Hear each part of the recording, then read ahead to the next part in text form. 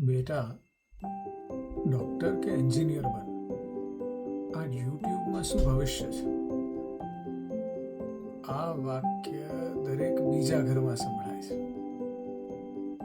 અને આ કોઈ સામાન્ય પેઢીનો તફાવત નથી. આ તો પ્રહલાદ નર નારાયણ વચ્ચે થયેલા યુદ્ધનું જ આધુનિક સ્વરૂપ છે. પિતા જેણે પરંપરાગત માર્ગે સફળતા મેળવી છે, તેમના મનમાં સફળ કારકિર્દીનું એક ચોક્કસ ખાનું છે: ડોક્ટર, એન્જિનિયર. આ તેમનો ધર્મ છે, તેમનું સત્ય છે.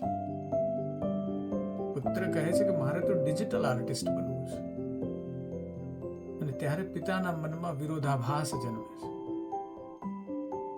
અને પ્રહલાદની જેમ જ પિતા પોતાની માન્યતાને બદલવાને બદલે પોતાના સંતાનને બદલવાનો પ્રયત્ન કરે છે. તો ખોટો છું દીકરા, મારી વાત માન. અને અહીંથી જ ઘરમાં યુદ્ધ શરૂ થાય છે.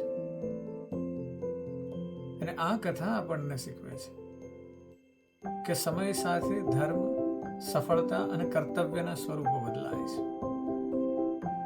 જે ગઈકાલનું સત્ય હતું તે જરૂરી નથી કે આજનું પણ સત્ય હોય. અને ખરા જ્ઞાની એ છે જે પરિવર્તનને સ્વીકારવાની હિંમત રાખે છે.